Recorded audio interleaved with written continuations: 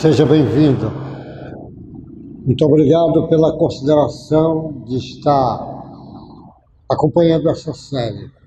São 21 capítulos que tem, às vezes, módulo A, B, C, ou só A, B, depende de cada capítulo, porque eu estou, essa série, acompanhando, eu digo sempre, de toda lição que vai para a pessoa poder entender, senão quem assiste pela primeira vez não entende, é o Evangelho segundo João, tradução do Ferreira, que eu usei de propósito esta tradução, porque é a mais lida, é a Ferreira atualizado, é a mais lida, sobretudo, dos companheirinhos evangélicos, que eu tenho muito respeito por todos eles.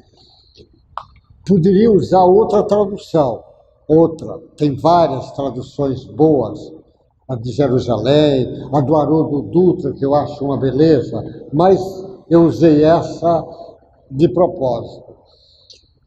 O Espiritismo é porque, na minha ótica, o Espiritismo é a chave para entender o Evangelho do João. Porque o Evangelho de João é o Evangelho mais espiritualizado de todos. É do Evangelho do João que você realmente pode entender o Cristo.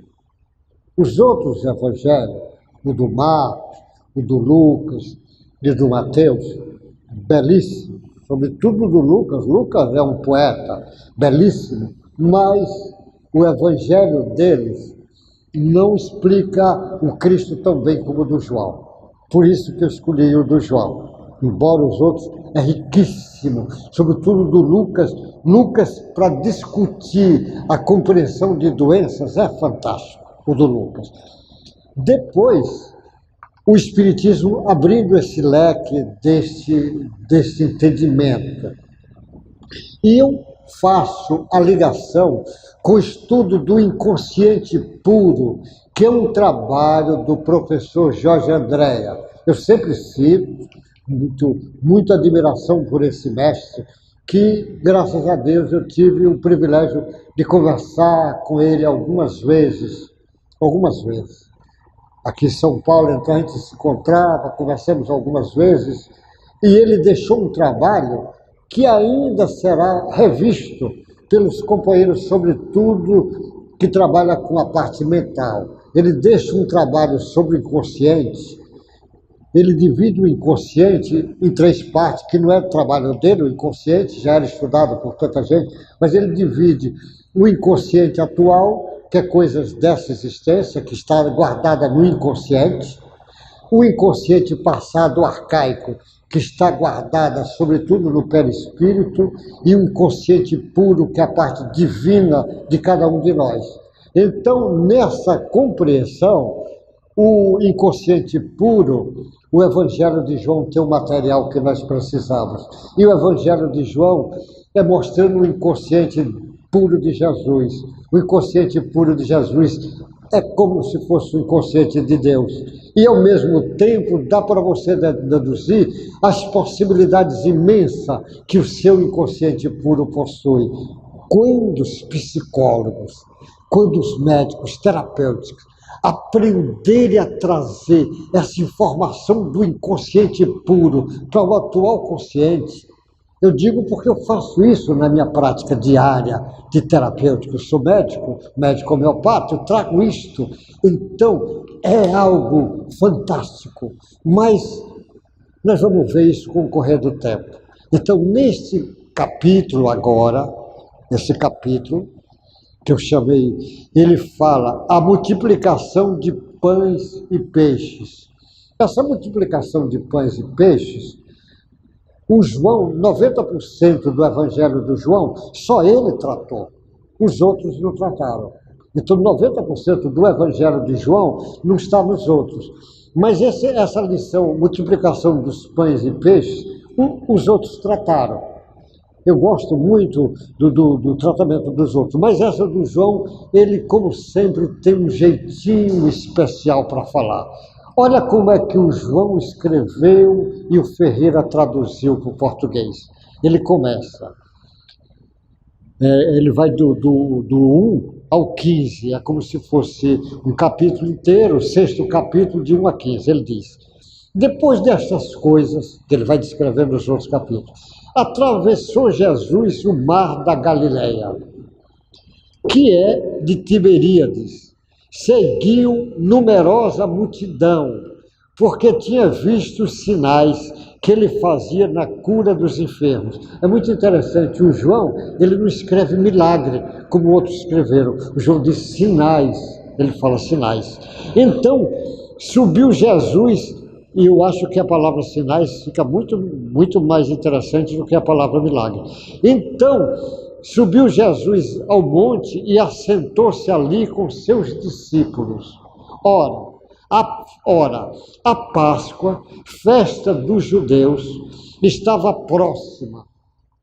Então Jesus, erguendo os olhos e vendo que grande multidão vinha ter com ele, disse a Filipe: onde compraremos pães para lhe dar de comer? Ele disse que vinha uma multidão.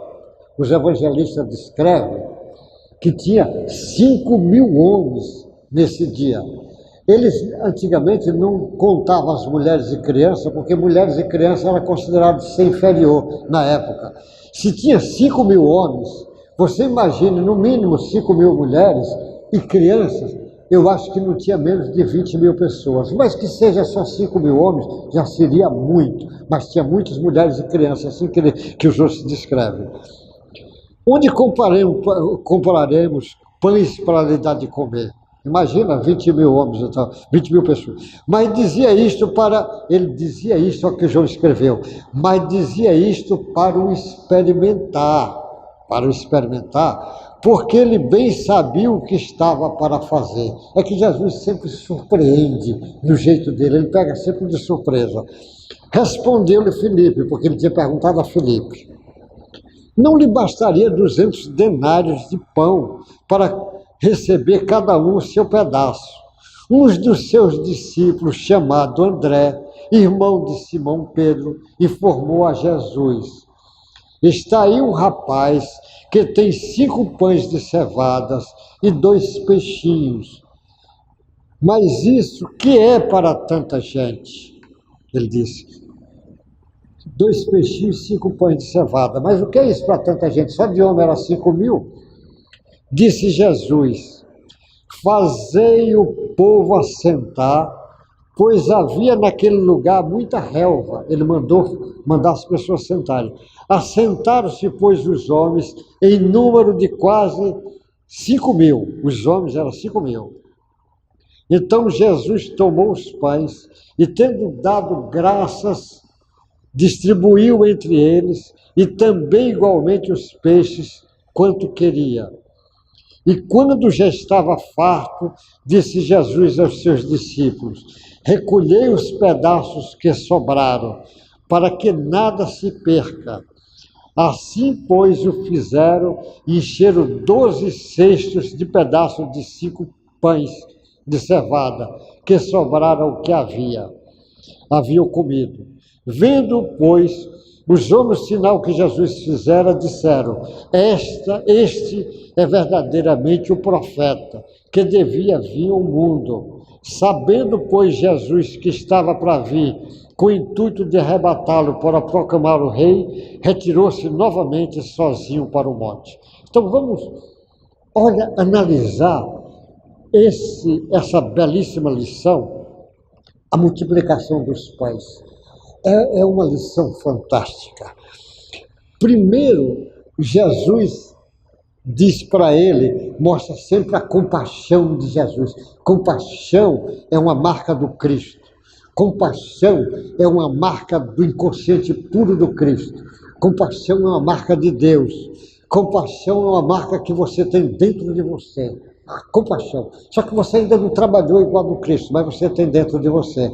Aí ele diz: compaixão daquele povo que está ali o dia todo com ele, já com fome, e o trabalhador do Cristo diz: mas nós não temos nada, não temos condições de dar. E ele diz: o que é que tem? Aí diz: o que é que tens? Ele disse: aí tem uma pessoa que tem 5 pães de cevada e 2 peixes. Jesus diz, vem, traz aqui. E manda que acomode todas as pessoas. E botaram na relva, ou seja, na grama, grupos de 50. Olha mesmo a lição primeiro de Jesus. Quem sempre faz a multiplicação é Deus.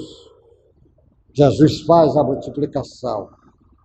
Mas para fazer a multiplicação, você tem que apresentar alguma coisa.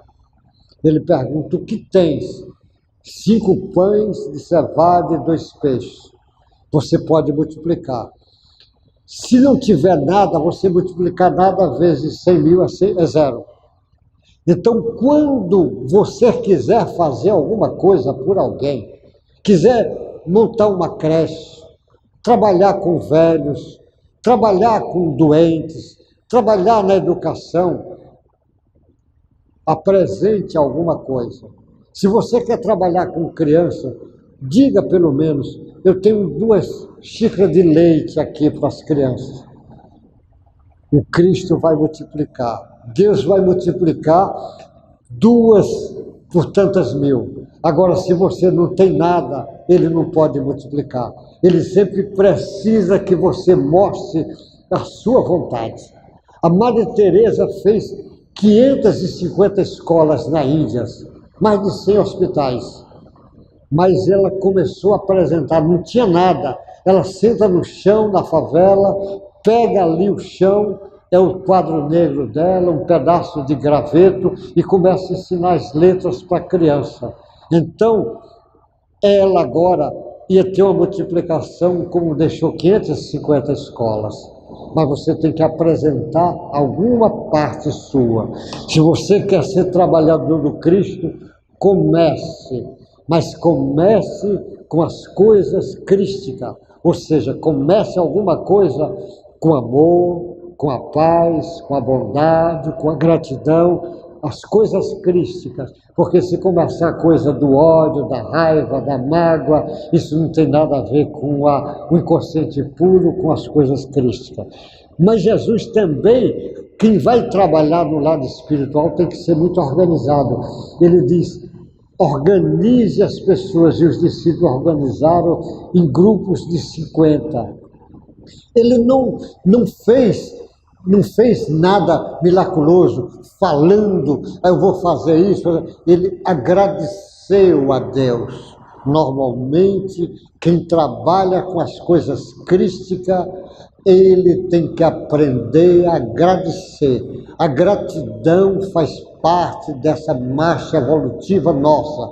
Jesus sempre agradecia o Pai. Ele, eu agradeço, Pai, porque me ensinaste isso para o simples. Ele vai sempre agradecendo.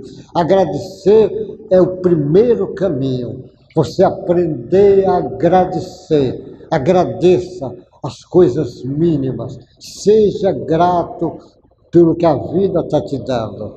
Seja grato pelo corpo que você tem. Seja grato pela família que você tem. Seja grato pelo seu trabalho. Seja grato pelas possibilidades de amor que você tem. Seja grato por estar reencarnado na Terra, nessa escola abençoada. Seja grato por estar encarnado no Brasil, a pátria do Cruzeiro do Sul. Seja grato. Aprenda a treinar gratidão e não treinar ingratidão, porque ingratidão é coisa do ego, a gratidão é coisa da essência divina, são virtudes eternas. Sempre agradeça.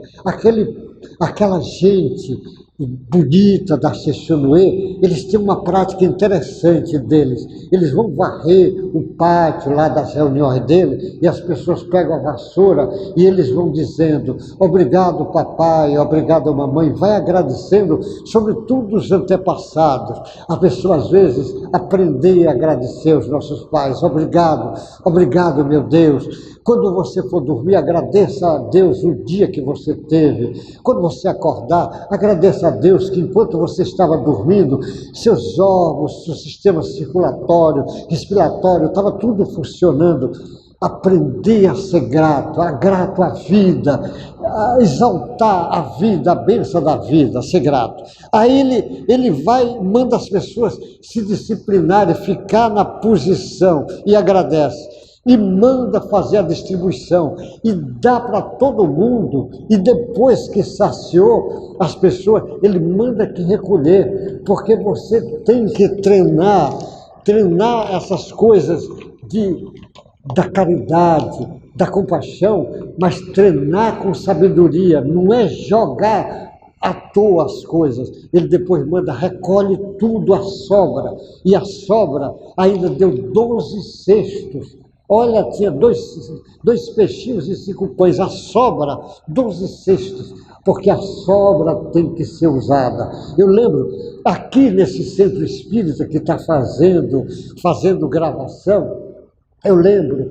quando as pessoas pegavam os pães que a padaria mandava aqui para distribuir, os cafés que vinha, alguns moradores de ruas aqui, vem ainda até hoje, continua esse trabalho, e dava os pães, e depois sobrava, às vezes um restinho, porque os pães eram cortados para passar manteiga, ficava sobrando aquelas fagulhazinhas. Tinha uma senhora aqui, que ela desencarnou tem pouco tempo, ela juntava aquele restinho daquelas fagulhas, e eu perguntei, mas você está juntando por quê? Ela disse, eu estou juntando porque tem uma criação de pombos ali e eu dou para eles. Olha, você aproveita tudo, aprender a treinar. Então Jesus, ele ensina isso e ele manda recolher o resto para nada se perder. Agora, o que é interessante, a multiplicação é Deus que faz.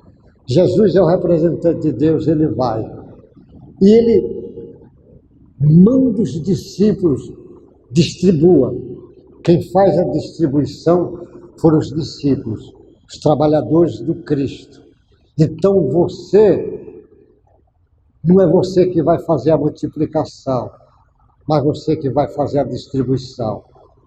Se você vai distribuir leite para crianças, pães para a criança ajudar, você vai fazer a distribuição. Então é como se Jesus disse, eu preciso das suas mãos aí encarnadas na terra. Nossas mãos têm que se transformar nas mãos de Jesus.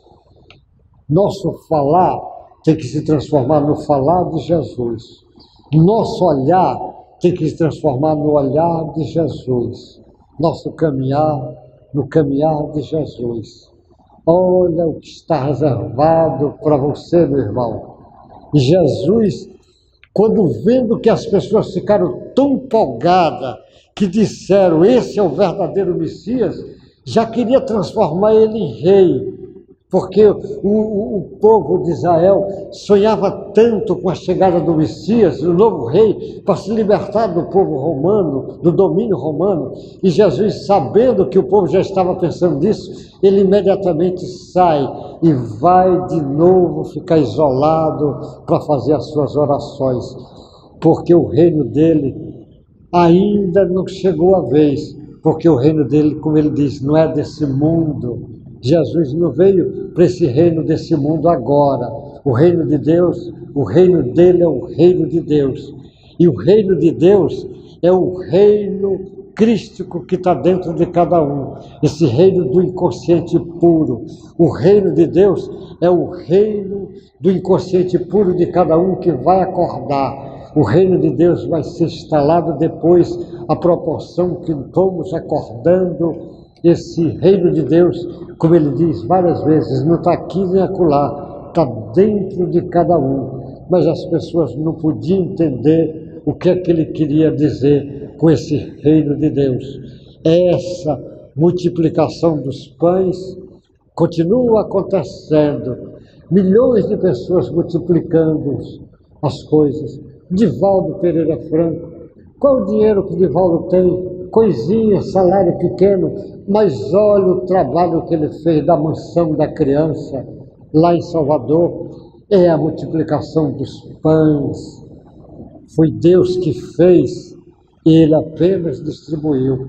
Qual era o dinheiro que o Chico Xavier tinha Tem milhares de casas sociais que vivem às custas dos livros do Chico Xavier, mantido pelos livros. O Chico não tinha dinheiro e nunca parou de distribuir milhares e milhares de pães. Qual era o dinheiro que tinha Madre Teresa de Calcutá? Qual era o dinheiro que tinha Irmã Dulce? Se você realmente pensa em ser um cristão, aprenda a usar suas mãos a serviço do Cristo, usar seu olhar a serviço do Cristo, sua fala a serviço do Cristo, seu andar a serviço do Cristo, e seu amor, que seja o amor do Cristo que vai agir através de você. Você seja um instrumento de Cristo, que você estará sendo instrumento de Deus. Na hora que você for instrumento de Deus, você vai entender o que Jesus diz. Busca o reino de Deus e as demais coisas serão dadas como acréscimo. Meu irmão, o futuro que está te esperando, na hora se você resolver ser um seguidor do Cristo, ai, ai, quanta beleza está reservada para você, quanta paz para teu espírito. Nós vamos continuar essa série. Que a paz do Mestre Jesus fique com você, com sua família, com seus amigos, seus companheiros, tanto encarnados como desencarnados, seus amigos do outro lado, seus parentes, seus antepassados, como dizem os orientais. Que Deus proteja os teus antepassados que estão do lado de lá e os que estão do lado de cá. Boa sorte. Até o próximo encontro nosso. Boa sorte.